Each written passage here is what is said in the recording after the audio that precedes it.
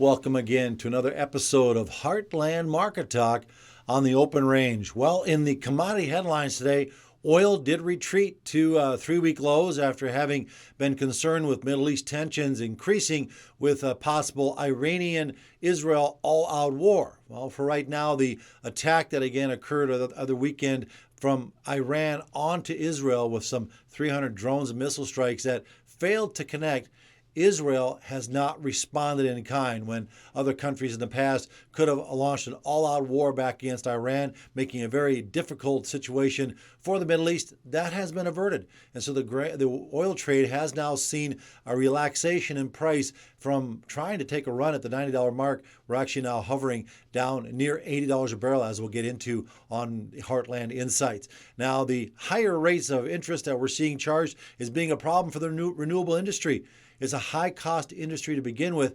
That includes all the subsidies they get. That with interest rates having doubled, they're having a problem. So much so that even Scotland has decided to ditch some of its plans to make them almost 75% carbon neutral by 2030. They've declined it to pursue that now. They're looking at other alternatives to provide for that. Now, during this Ukraine-Russian war, we have applied a lot of sanctions onto Russia. But Russia has been succeeding at averting these by building new inroads around the world into India with a railway, along with new investments of multi-billion-dollar investments to get through the Arctic Straits, to get the ice areas, some areas open and can utilize transport on the sea that way to get out to its customers. So Russia is making new ways of doing business, which is detrimental to the U.S. dollar because they used U.S. dollar sanctions against Russia, which initially was helpful for us, but longer term it will not be because Russia will take a lot away of our energy purchases. And of course, the U.S. dollar strength comes from countries converting their currencies to U.S. dollar to buy the oil. While if they can go straight to Russia and deal in rubles, that is weakness for the dollar in the future. Now, mortgage rates pushing back higher again with all the CPI data, PPI data, inflation data that shows the Federal Reserve is not under control of the situation yet, has the rates surging back to 7.1% in some areas in the country on the popular 30-year mortgages, which come with a more affordable principal payment, but that's doubled in the last few years. Also, chocolate continuing to make new all-time highs. We'll show that chart just shortly. And now we're seeing Swiss chocolatiers taking it on their own hands. They are going down to Africa. They're going to create their own plantations and use new modern practices to avoid the problems that occurred last fall that is creating this shortfall of chocolate that you will be slowly seeing the rising value and costs for your chocolate favorite products, or your products are going to be smaller in size with the classic shrinkflation. Now it's time to go to Heartland Insight. As we discussed, cocoa continues to charge higher. We showed you this on Tuesday, that's large decline, which maybe was indicative of a top, but the decline was not much more than the prior break, which took 3 sessions to do. Well, right after we showed you this on Tuesday, cocoa has charged higher the last 2 sessions, on to another new contract high. And this has been a very dynamic move. This was January, as we had seen cocoa trading just below $4,000 a metric ton. And now we have literally almost tripled the price of cocoa. And the way it's acting, we may get that price tripled yet before the week is out. On coffee, the other bean, we have broken out above last April and the winter December high. And even though we did retreat today, we made a new high early in the session as production concerns are also starting to show up in coffee. So we have the cocoa beans, the coffee beans. Will soybeans be next? Well, not as of yet. We're still seeing that market stall. But the coffee monthly chart, I want you to see this rise we're seeing is not like cocoa. We were higher back in 2022 when everybody was home after COVID. They got into making their own coffees.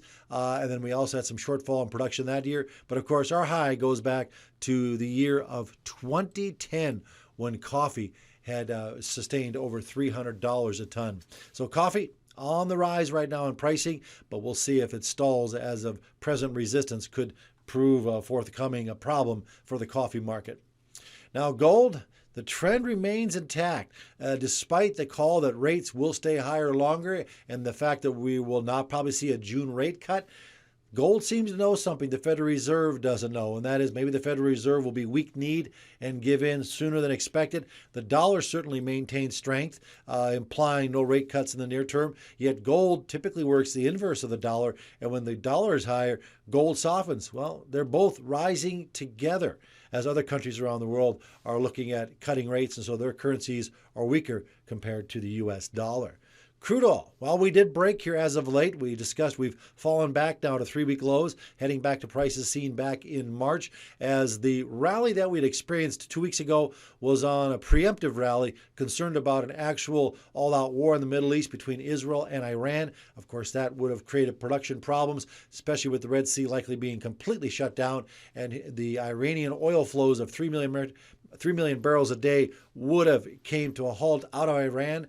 And of course, that's 3% of the U.S. world's needs right now. So that's why the Biden administration is consistently trying to push back on Israel from doing anything large as far as a response to Iran as of yet. Also, cattle. For the cattle producers, we had seen a large wave of selling since March got underway on the N5H1 infection that took place down in Texas to spread in the dairy herds throughout the country. 17 states now have blocked the movement of cattle. Well, we found support on trendline moving average values. It seems the market is still maintaining. We have tight numbers, and as long as beef demand recovers, we think we're going to see prices try to redevelop some kind of recovery here into the second quarter. Now it's time for our question of the day. And of course, we encourage viewers to send in their questions to info@heartlandinvest.com. Today's question: what is the difference between futures and options?